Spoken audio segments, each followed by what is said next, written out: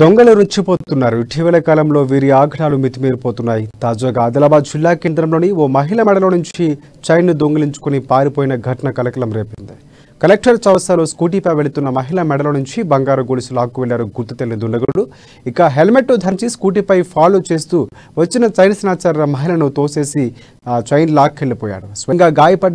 స్వల్పంగా గాయపడినటువంటి బాధితురాలు మాడావి గంగూబాయిని స్థానికులు గమనించి చికిత్స కోసం రిమ్స్కు తరలించారు. పోలీసులు కేసు నమోదు చేసుకుని సీసీ ఫుటేజ్ ఆధారంగా నిందితుడి కోసం గాలింపు చర్యలు చేపట్టారు. ఫాలో చేసిన అప్పటికే పబ్లిక్ ఆమె చైన్ పోయిందంటే పబ్లిక్ జమాయిలోపు నేను ఫాలో చేసినా కానీ అక్కడికి దొరకలే. మళ్ళీ ఒక బండి తీసుకొని బస్ స్టాండ్ వరకు ఫాలో చేసిన, దొరకలే, వెళ్ళిపోయాడు.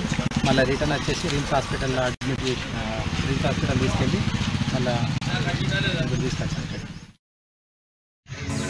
ఇక్కడ దెబ్బలు తాకినాయి చేతికి ఇట్లా